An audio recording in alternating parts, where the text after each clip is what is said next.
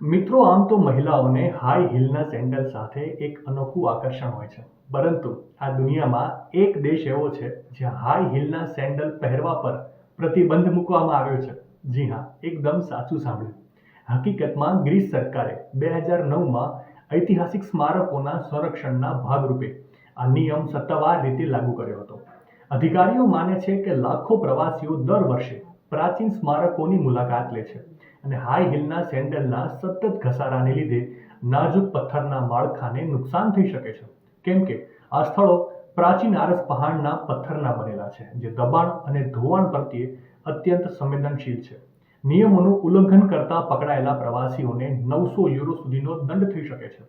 આ રકમ ભારતીય ચલણમાં ₹80,000 થાય છે. ટૂંકમાં, ઉનાળાના વેકેશનમાં ગ્રીસ બાજુ ફરવા જવું હોય તો હાઈ હીલના સેન્ડલ વગર પ્રવાસ કરવાનું નક્કી કરજો. માહિતી સારી લાગી હોય તો રીલને વધારે શેર કરજો અને આવી જ અવનવી માહિતી માટે સંદેશ ડિજિટલ સાથે જોડાયેલા રહેજો.